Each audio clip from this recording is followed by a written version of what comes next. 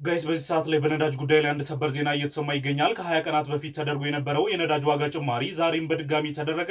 የዛሬው ተመን ካለፈው ወር ጋር ሲነጻጸር የንግድና ቀጠናዊ ትስስር ሚኒስቴር ከዛሬ መጋቢት 23 ቀን 2018 ዓ.ም ጀምሮ ተግባራዊ የሚሆን አዲስ የነዳጅ ምርቶች የችርቻሮ መሸጫ ዋጋ ተመን ይፋ አድርጓል። ይህ አዲስ መመሪያ ካለፈው መጋቢት 1 ቀን 2018 ዓ.ም ወጥቶ ከነበረው ተመን ጋር ሲነጻጸር በሁሉም የነዳጅ ውጤቶች ላይ ከፍተኛ የዋጋ ጭማሪ መታየቱን ያረጋግጣል። የድሮ ዋጋ ወይም ከ20 ቀናት በፊት መጋቢት 1 ቀን 2018 ዓ.ም የወጣው ቤንዚን 132 ብር ከ18 ሳንቲም፣ ነጭ ናፍጣ 139 ብር ከ84 ሳንቲም፣ ኪሮሲን 146 ብር ከ14 ሳንቲም፣ ቀላል ጥቁር ናፍጣ 137 ብር ከ03 ሳንቲም፣ ከባድ ጥቁር ናፍጣ 133 ብር ከ45 ሳንቲም፣ የአውሮፕላን ነዳጅ 145 ብር ከ23 ሳንቲም ነበር። አዲስ ዋጋ የዛሬው ተመን መጋቢት 23 ቀን 2018 ዓ.ም የወጣው ቤንዚን 142 ብር ከ41 ሳንቲም፣ ነጭ ናፍጣ 163 ብር ከ09 ሳንቲም፣ ኬሮሲን 151 ብር ከ39 ሳንቲም፣ ቀላል ጥቁር ናፍጣ 163 ብር ከ98 ሳንቲም፣ ከባድ ጥቁር ናፍጣ 160 ብር ከ68 ሳንቲም፣ የአውሮፕላን ነዳጅ 150 ብር ከ48 ሳንቲም። ከላይ ካለው ንጽጽር ጋር መረዳት እንደተቻለው በተለይም በናፍጣ ምርቶች ላይ የታየው ጭማሪ እጅግ ከፍተኛ ነው።